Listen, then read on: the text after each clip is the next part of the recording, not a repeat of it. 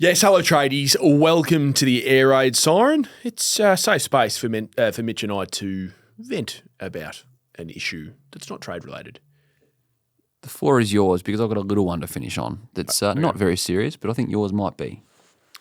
So the Izak Rankine situation and the way it's played out has, to me, been pretty troubling. I don't want to get caught in like a long rant about it. I just want to make a couple of clear issues. The AFL using compelling medical evidence to mitigate the circumstances and therefore reduce his ban without being specific, for me, flies in the face of mental health, and I don't think did the AFL justice, nor do I think it did Izak justice, to be honest. And to be clear, the AFL and the Crows didn't want to elaborate on the compelling medical Yes, then evidence. you can't use it. If you can't want to elaborate, you can't use it, unfortunately. But in reporting since, we've been able to learn that mental health was at the heart of those compelling medical reasons. And so that leads me into my second point, and that is just because Izak did what he did doesn't mean he's not allowed to be going through pain. Like, we all make mistakes. He's made a really bad one. But, like, he's allowed to go through a really rough time. Like, reports he didn't want to leave the house, and that's really tough.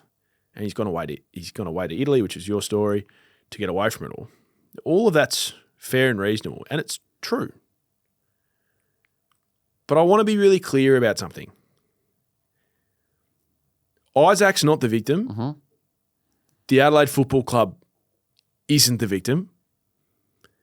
It turned into a farce in which both were painted out to be. By who? When they weren't. Well, I think by A, the AFL's lack of action, and B, the fact that the Adelaide Football Club, for however many years now, under so many administrations, continuously plays the woe is me card. This is what should have happened. And I can't for the life of me work out why it didn't. So all three parties knew about this by Sunday afternoon after it happened on Saturday night. So Monday morning at 9 o'clock, Izak should have been out the front of the club. Cameras invited in, 7, 9, 10. I understand that not everyone's comfortable in front of the media and cameras. I totally get that. So if he doesn't want to answer questions, he at least has to read out a pre-prepared statement. Mm-hmm. And this is what it should have been. I am deeply sorry for a word that I used against the Collingwood Football Club on Saturday night. It was never my intention to cause harm or hurt, but I now know that I have done that on a number of levels.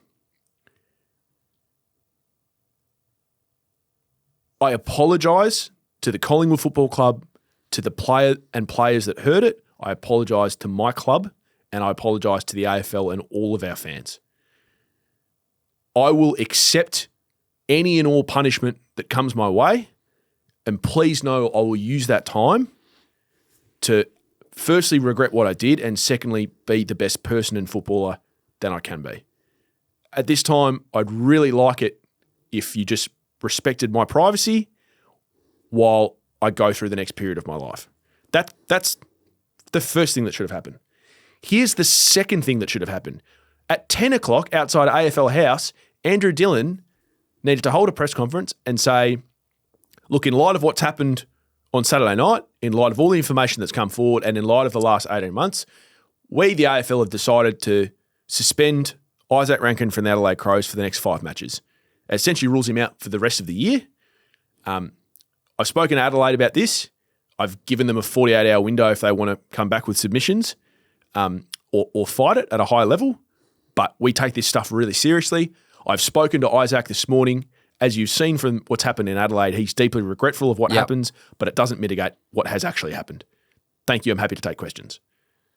So there are 2 press conferences that combined have taken 68 seconds. Done. Over. Leadership, stand for something. The life has been sucked out of that issue straight away. Yeah. Instead, a circus came to town. Because we had the Dan Houston angle, then you had Collingwood talking to people saying that this was not the first time Izak had done this. He actually said it to a Collingwood player 3 years ago. I mean, this whole Adelaide thing of, Houston was, he was riling him up. Oh, heat of the battle. And, oh, what about Snoop Dogg? He said some homophobic stuff. Give me a fucking break. Take responsibility for what you've done.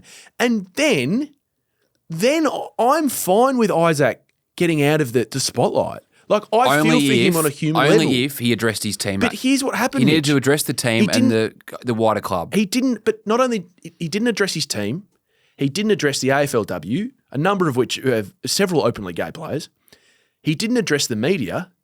He didn't address anyone. And so what happens, Mitch, is, and I thought your story was a great story and it was an important story. Do you know what happens? People start taking photos of him on planes. Now, any journalist worth their salt would have reported that story because it was important and it was of public interest. And for those that are questioning it in the media, my point is... Well, they don't know what they're talking about. I haven't seen anyone He's 3 or 4 weeks potentially from playing in a grand final. And he's on the other side of the globe going through a training program to get away from the noise. It's a story. So, of course it's a story. Anyway. Having said that, it would have been less likely people take photos. It would have been less of a story if they'd come out and said... If he'd already come out. Yeah. This is what, I'm sorry, this is what I've done.